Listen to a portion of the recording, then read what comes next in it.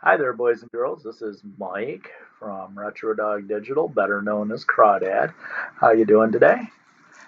And first of all, we're going to be doing a fake unboxing, but I wanted to say a couple more words about this. The Elton John Madman Across the Water box set that got a few weeks ago.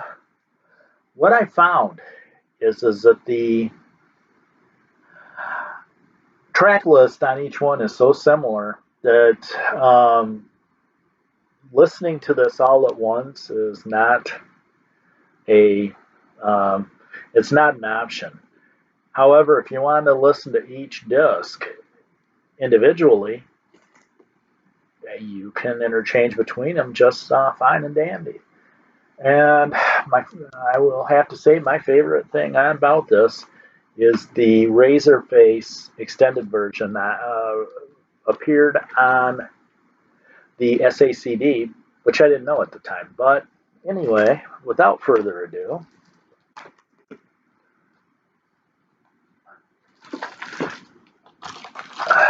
we're gonna do fake unboxing.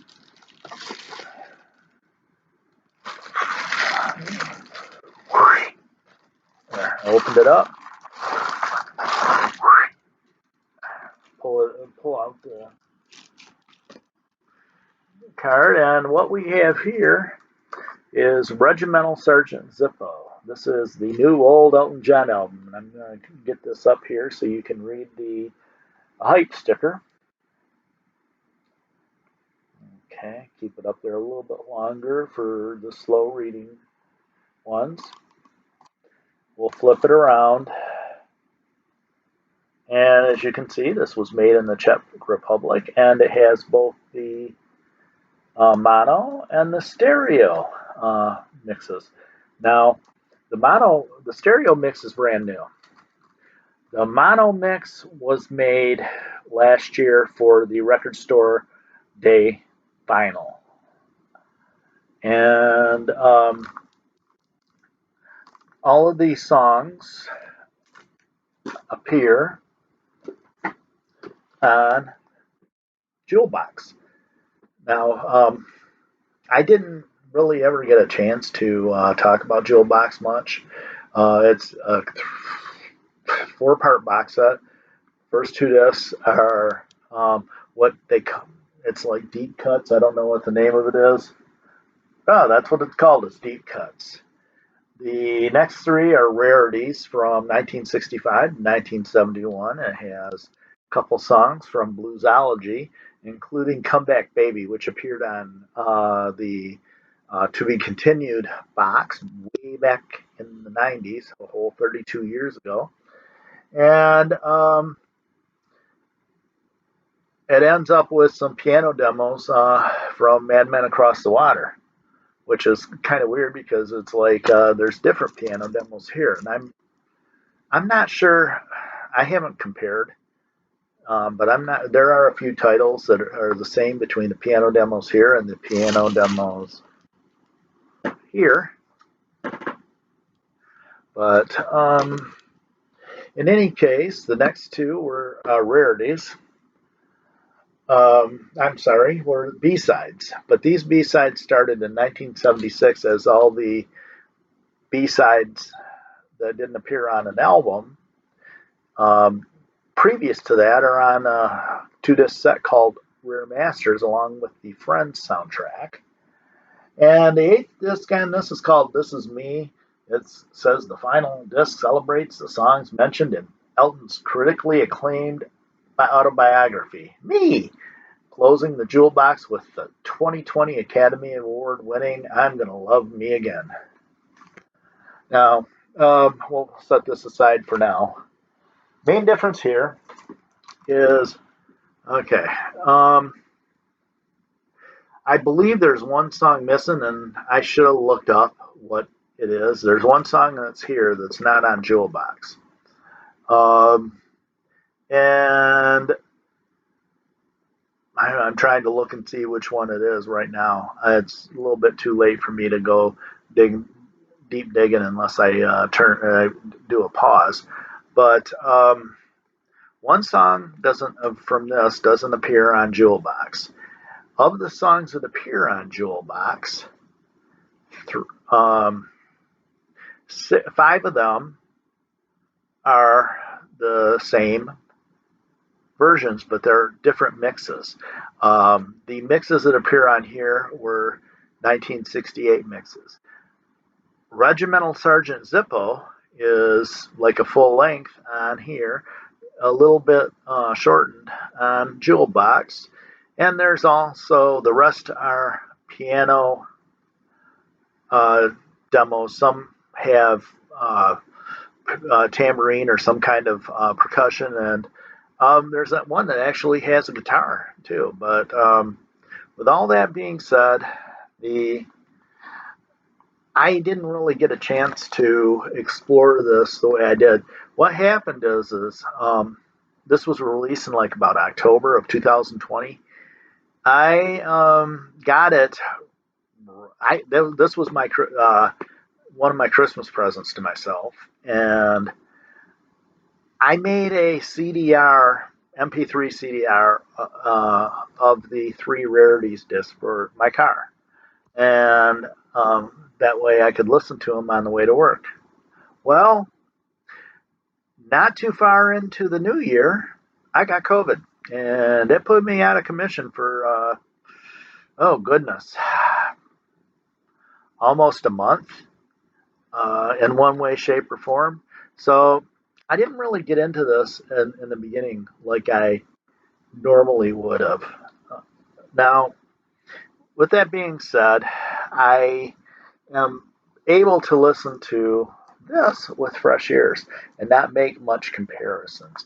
I actually, that MP3 CD-R I made, the Jewel Box Rarities discs, I actually listened to that for the first time in probably 18 months.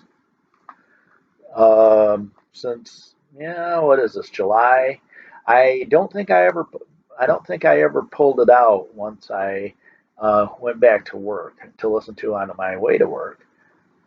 So I can listen to this pretty much with fresh ears. I did listen to this in the house on flat files, but I can tell a little bit of the differences in the mixing. I pretty much figured I like the mono mix of this better than I do the stereo mix. Maybe it might be the point in time. Now, let me take off the cellophane. I don't know if you can see that better with it like that. Um, I just kind of like all the groovy little pictures of Elton there. And make no mistake, the easiest way for me to put this is to follow along what says in this book. This is a book I've had for quite a while. It's a little dog ear up at the top, but it's called Rocket Man, Elton John from A to Z, and it's got a lot of different sections in it. But what it has to say about the Regimental Sergeant Zippo album or sessions is actually what it goes into, and it's actually a good size entry. You got all this, which is more of a spotlight thing, and then you got the other page, other side of the page, and you got about half of this page. So it's about maybe it's a little about a page and a half of information about these sessions. However, one thing it says here is that the people backing him up. First is Caleb Quay, who really does not get enough credit in the Elton John world for for the attention and the detail and care that he put into not just this, But Caleb played guitar for Elton on every album up to Madman Across the Water. And what it says here is that the drummer and bassist are Tony Murray, who played on Empty Sky, and who was in a band with Nigel Olsson at the time called Plastic Penny, and the bass player and the drummer is said as Roger Pope, who played on all the Elton albums. I think, with the exception of the Elton John album, the second eponymous album. I could be wrong on that. I know there's one he didn't play on. Now the thing is a guy named David Hine played drums on the album, and I guess he did a lot of session work for. If I look here, it's David Hines with Hines with a Y with an S.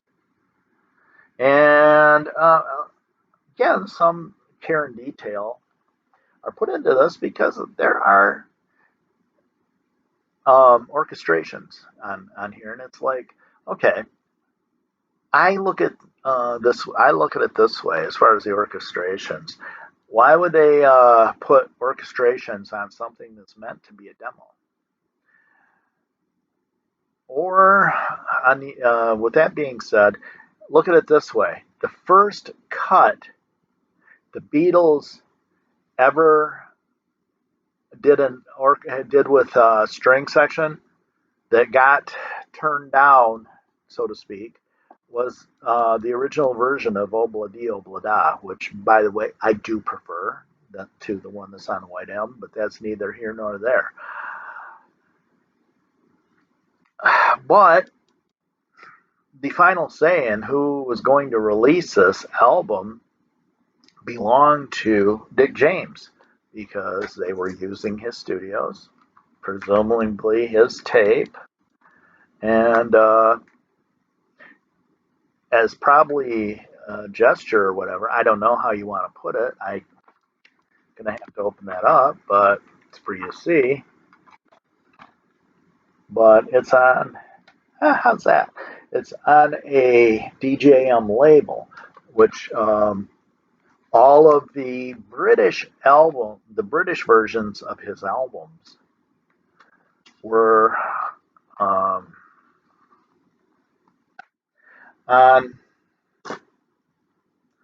up to Here and There live album.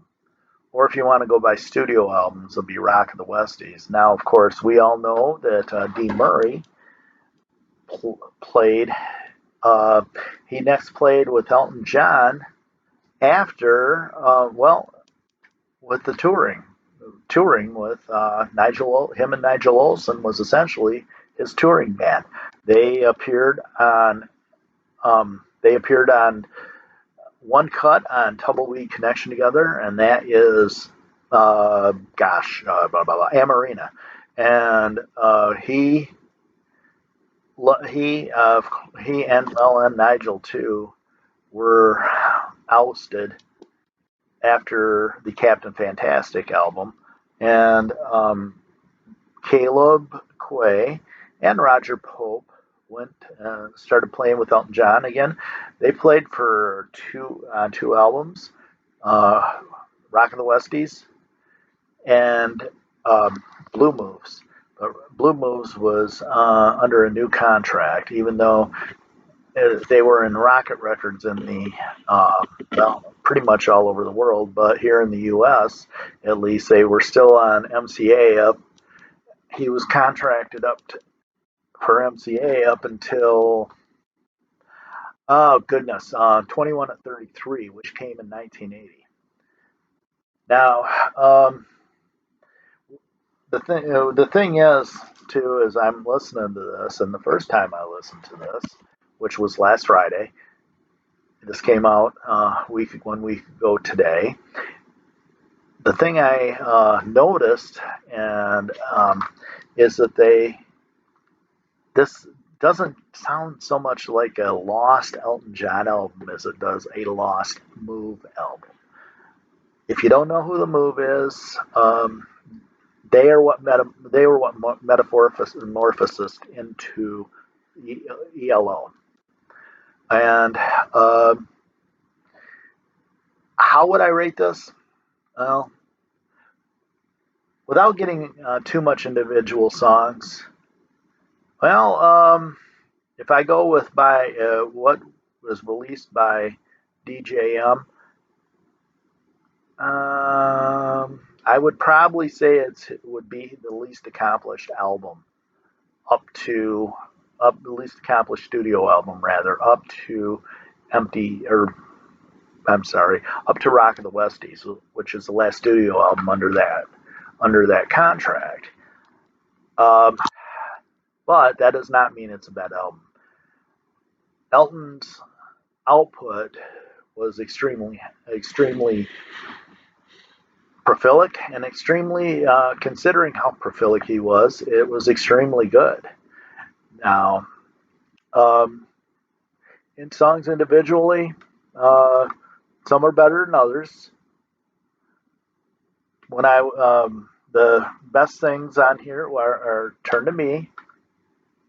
"Turn to Me" is should have been released as a single. I'm not quite sure why Dick James didn't do it because it's certainly worthy. It was given to a band called Plastic Penny, whose members included, wait for it, Tony Murray and Nigel Olsson, who together backed Elton, along with Caleb, on Lady What's Tomorrow from the Empty Sky album. Now, it's a wonderful song, and I when I tried doing this earlier and it didn't get and the video didn't get saved for whatever reason, I was doing a thing. Well, here's the link. Um, one of the YouTube guys that I watch, that's his little thing. He when he's introducing he's talking about stuff and he refers back to something he's talked about before. He said, "Here's the link." Well, if I was to do that, I'd put links of the songs, pertinent songs on here. But Regimental Sergeant Zippo is actually a little bit longer on this. Don't ask me what makes it longer. Time, I suppose, but and what's odd is I like the song on here that actually Birdie didn't write with him called "Sitting Doing Nothing," and another really good one on here. In fact, it was one of the first videos that they made for the Jewel Box.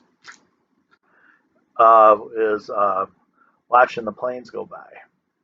There's a couple that are like, okay, not quite sure what when I was TLBLB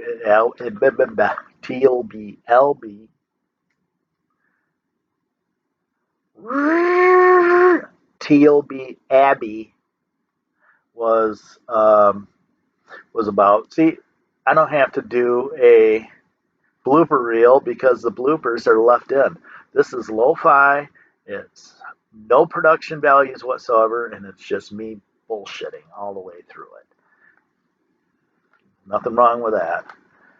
Um, the, but yeah, the other really good song on here, it's called Angel Tree, which somewhere on here, I don't know if it's here on Jewel Box, they say that nothing was previously released, and that is not quite true.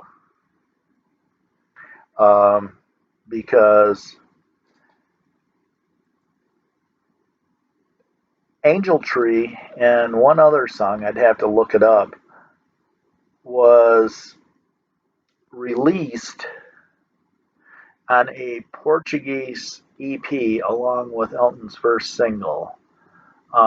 The I've been loving you and here's to the next time, which incidentally love the, and here's to the next time. It's a great song.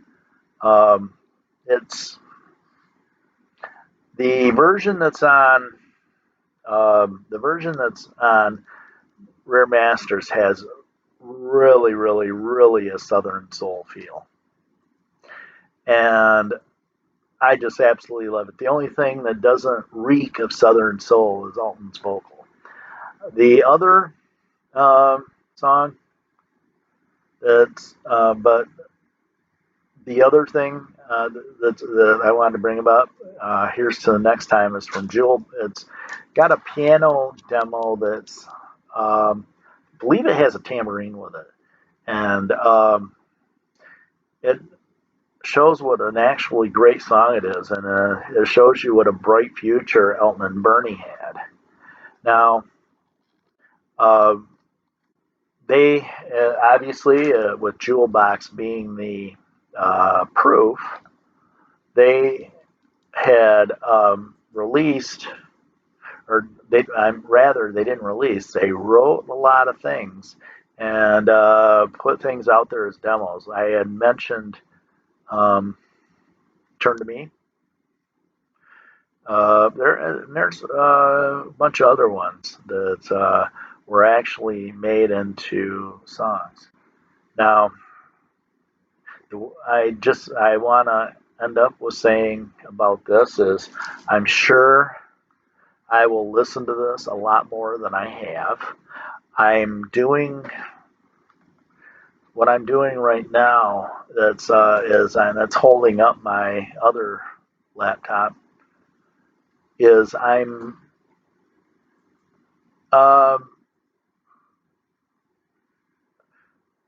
I'm moving songs from one laptop to another, or one hard drive to another rather, and but I'm crunching them down to MP3s. Hopefully I can fit a couple movies on there, and it's something I'll be able to take down the basement and whatnot. But so with that being said, I haven't listened to this as much as I have, but I know it will get a lot more airtime. All right, this is Mike from Retro Dog Digital, better known as Crawdad, signing out. Sayonara. See you later. Bye bye.